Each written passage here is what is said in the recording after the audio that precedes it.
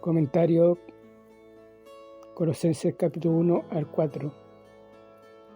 Bosquejo sugerido Colosenses. Doctrina, declaración de la preeminencia de Cristo. Capítulo 1. En el mensaje del Evangelio. Versículos 1 al 12.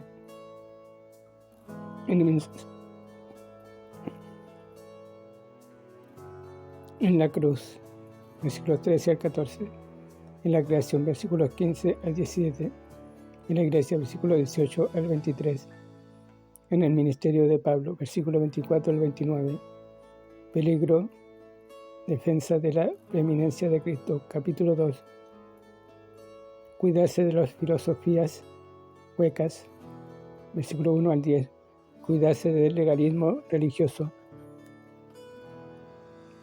versículos del 11 al 17. Cuidarse de la disciplina y el ascetismo que el hombre inventa, versículo 18 al 23. Deber, mostrar la preeminencia de Cristo, capítulos 3 y 4. En la pureza personal, capítulo 3, versículos 1 al 11. En el compañerismo cristiano,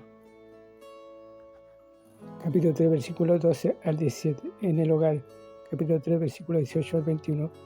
En el trabajo diario, capítulo 3, versículo 22 al 4, versículo 1.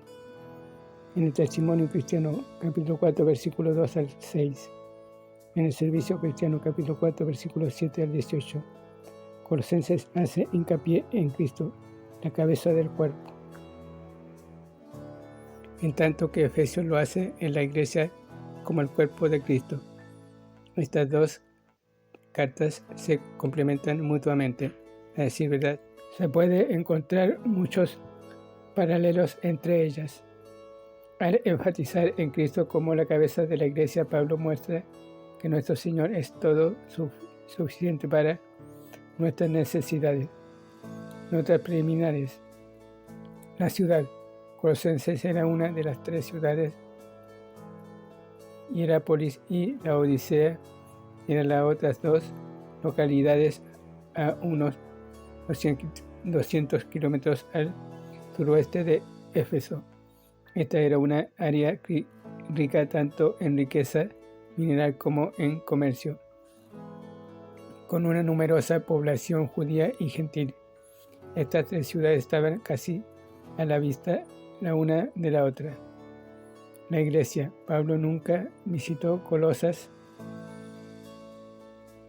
Ver capítulo 2, versículo 1, durante sus 3 años de ministerio en Éfeso. Toda Asia oyó el Evangelio. Hechos capítulo 19, versículo 10, capítulo 19, versículo 26.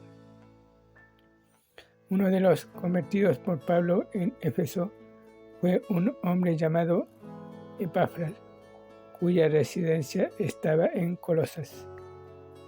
Epafras llevó el mensaje del Evangelio a su regreso a su hogar y mediante su ministerio fundó la iglesia.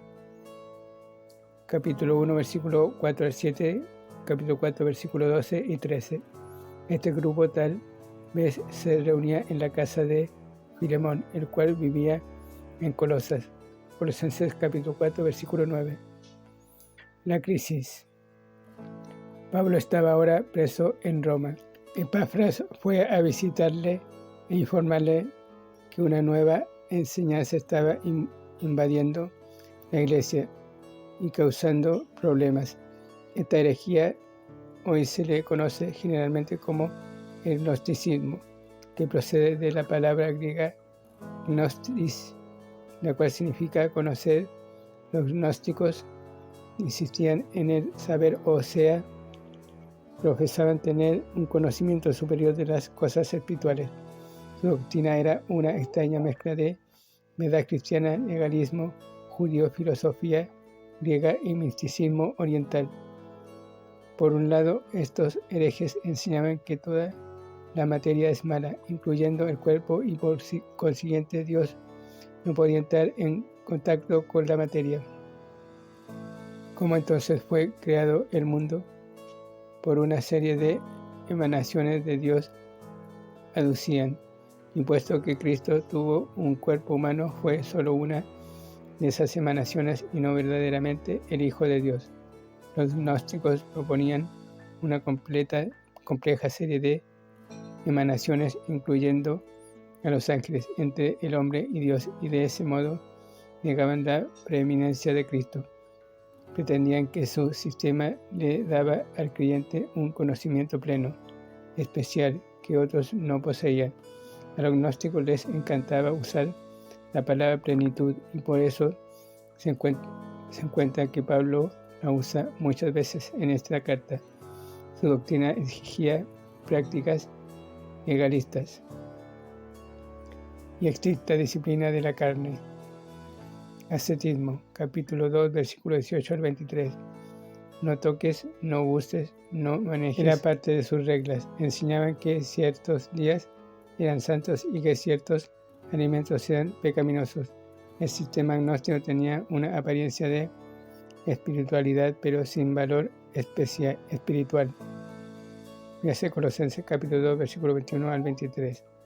La correspondencia. Tal parece que Pablo envió de regreso a Colosas a Onésimo y a Epafras junto a Tíquico con las cartas a los cristianos colosenses, a los Efesios capítulo 6, versículo 21 y 22, y a su amigo Filemón. Algunos estudiosos piensan que la carta a los cristianos de la Odisea, Colosenses, capítulo 4, versículo 16, es la que nosotros conocemos como Efesios. Colosenses hace hincapié en la preeminencia de Cristo. Al leerla, note cómo se repiten las palabras todo, plenitud y lleno. El tema de Pablo es Cristo es todo y en todos, capítulo 3, versículo 11, y que estamos completos en él, capítulo 2, versículo 10, puesto que los creyentes están completos en Cristo, Él es todo lo que necesitamos. El legalismo, las filosofías de cosecha humana, dietas estrictas, observación obligatoria de días santos, disciplina de la carne, todo esto debe desaparecer cuando se le da a Cristo su lugar de preeminencia. Colosenses es un ruego por la madurez espiritual. Nótese la oración en capítulo 1, versículo 9 al 12. Las prácticas religiosas hechas en la carne pueden aparentar espiritualidad, pero no tienen ningún valor para la vida interna de la persona.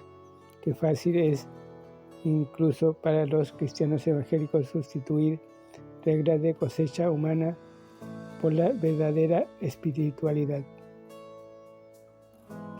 Comentario capítulo 1. Mucha gente en el día de hoy, como los falsos maestros en Colosas, le dan a Jesucristo un lugar de eminencia, pero no le dan su lugar correcto de preeminencia. Él no es un gran hombre entre los grandes, es el Hijo de Dios. Él tiene la preeminencia en todas las cosas. En este primer capítulo el apóstol declara la preeminencia de Cristo en varias áreas de la vida. Preeminencia en el mensaje del Evangelio. Versículos 1 al 12. Los falsos maestros tenían un mensaje, pero su mensaje no tenía ningún poder. Enseñaban acerca de los ángeles, emanaciones de Dios, reglas legalistas y disciplina corporal. Pero su mensaje no tenía ningún poder para transformar vidas. En estos versículos Pablo repasa el efecto que el Evangelio de Cristo tuvo en Colosas. Él no había visitado personalmente a esta iglesia, pero había oído de Epafras las buenas nuevas de su salvación. Versículos 4 y 7. ¿Cómo se salvaron?